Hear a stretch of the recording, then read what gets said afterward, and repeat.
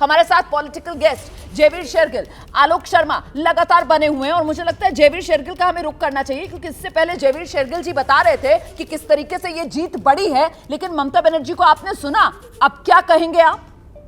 देखिए, ममता जी एक बड़ी नेता हैं, पर आज उनकी बातों को इतनी वजन नहीं देना चाहिए। ममता बनर्जी उदास है, उनकी बातों को वजन नहीं देना चाहिए। टीएमसी में उन्होंने अपना गढ़ बचा लिया, टीएमसी जहां पश्चिम बंगाल के अंदर, और वो पश्चिम बंगाल जहां पर बीजेपी 18 से सिमटकर सर 12 में आ गई है, और आप कह रहे हैं उनको अहमियत नहीं देनी चाहिए।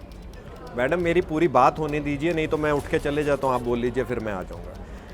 दो बातें कहूंगा और ज़्यादा वक्त नहीं लूंगा। मैंने क्यों कहा वजन नहीं देना चाहिए? ये बंगाल का राज्य चुनाव नहीं, ये हिंदुस्तान देश भारत का लोकसभा का चुनाव है जिसमें एनडीए सरकार बनाएगी। पहला वजन क्यों नहीं देना चाहिए? ममता बनर्जी जी के जो सपने थे कि इंडी गठबंधन में रह के वो मंत्री पद लेंगी, टीएमसी के लोग कोई रेल मंत्रालय बांटेगा, जो मंत्रालय बढ़ चुके थे उन सपनों को चूर चूर मोदी सरकार ने कर दिया है, क्योंकि फिर से टीएमसी विपक्ष में बैठने जा रही है।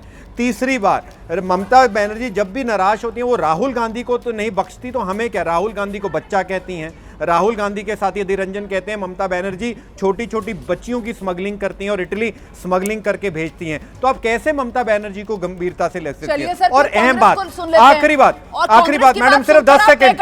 आलोक, इससे पहले आलोक भाई बोले नहीं लेंगे, आप 2 बार बोल चुके हैं, अब आलोक शर्मा जी को एक बार कम से कम सुन लीजिए। जयवीर, एक बार आलोक भाई की मैं जरूर सुनूंगा। आलोक भाई आइए, उसके बाद जयवीर दोबारा आपके पास आऊंगी, प्लीज गिव हिम स्पेस। आलोक जी आइए।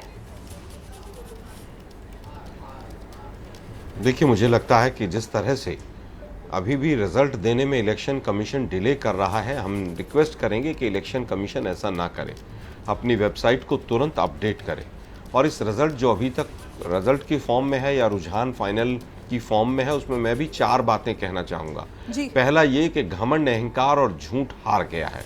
जो लोग कहते थे प्रभु राम को हम लाए हैं, उनको अयोध्या की जनता ने हरा दिया है। तमाम बाधाओं के बाद भी जो जनादेश आया है ये मोदी जी के खिलाफ है पूरी तरह से, क्योंकि पूरा चुनाव मोदी जी ने अपने नाम पर लड़ा। आज नैतिकता के आधार पर मोदी जी को तुरंत इस्तीफा दे देना चाहिए। दूसरा कि जिस तरह से नेक्सस, एग्जिट पोल का नेक्सस था पूरा, वो पूरी तरह से बेनकाब हुआ है। और अंतिम बात ये कहना चाहूँगा कि अभी बीजेपी की संख्या और गिरेगी, एनडीए की संख्या और गिरेगी, और उसके बाद कल तक ये पिक्चर क्लियर होगी कि बीजेपी की सरकार मोदी के नेतृत्व में नहीं रहेगी, कल इंडिया गठबंधन की सरकार बनेगी। मुझे लगता है कि जिस तरह से देश की जनता ने अहंकार को नकारा है, जिस तरह से 400 पार का गुब्बारा फोड़ा है, अभी भी बीजेपी के तमाम लोगों को समझ नहीं आ रहा है कि ये जनादेश उनके खिलाफ है। संख्या बल अभी और गिरेगा। आपने तमाम हदें पार की, तमाम जिस तरह की न्यूनता और जिस तरह की निम्नता भाषा के स्तर में मोदी जी ने अपनाई, देश की जनता ने उसको स्वीकार नहीं किया। हिंदू मुस्लिम करने का जितना फार्मूला वो अपना सकते थे, उसको नहीं अपनाया। पूरी तरह से लोगों ने सेक्युलरिज्म के नाम पर वोट दिया, और जिस तरह से बुलडोज़र और डबल इंजन के नाम पर देश को जिस तरह से गुमराह किया गया था, उसके नाम पर आज जनता ने वोट नहीं दिया है। अगर थोड़ी सी भी नैतिकता हो तो मोदी जी को तुरंत इस्तीफा देना चाहिए, जोड़ तोड़ में नहीं पड़ना चाहिए, और इलेक्शन कमीशन तमाम रिजल्ट अनाउंस करे। जहां के रिजल्ट्स अनाउंस हो गए उनको सर्टिफिकेट दे। तो एनडीए अभी तक 300 तक भी नहीं पहुंच पा रहा है, बीजेपी अपने दम पर बहुमत हासिल नहीं कर पा रही है। तो ऐसे में ये जो आंकड़ा है, ये क्या संकेत दे रहा है? कांग्रेस इसको सीधे नरेंद्र मोदी की हार करार दे रही है। बीजेपी के अहंकार की वजह से इन नतीजों पर इस तरीके का इंटरप्रिटेशन कांग्रेस की तरफ से सामने निकल कर आ रहा है कि मोदी की गारंटी नहीं चली है। जयवीर, इस पर जवाब दीजिएगा, लेकिन पहले कुछ डेटा है, महत्वपूर्ण नंबर्स हैं, जानने के लिए सीधे डेटा सेंटर लेकर चलते हैं शिरीन के पास। शिरीन। बिल्कुल रोमाना, देखिए अभी नतीजे पूरी तरीके से क्लियर होना बाकी है, लेकिन उससे पहले अपने दर्शकों को महत्वपूर्ण जानकारी भी हम दे रहे हैं। और अब बारी हो गई है ये जानने की कि किसको मिला है आशीर्वाद, किसको मिल रहा है आशीर्वाद, किसकी प्रार्थना हो रही है स्वीकार। 24 की टक्कर।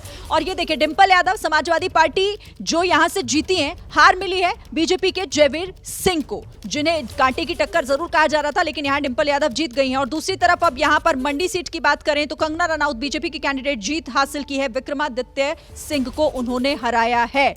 कांग्रेस के उम्मीदवार। तो यहां पर कौन हारा कौन जीता, अब आपको दिखाते हैं। हमीरपुर में जीते हैं अनुराग ठाकुर, बीजेपी के उम्मीदवार, और यहां पर हार का सामना कांग्रेस को करना पड़ा है। तो 24 की टक्कर में कौन विनर, यानी किसे मिला है आशीर्वाद, किसकी प्रार्थना हुई है स्वीकार,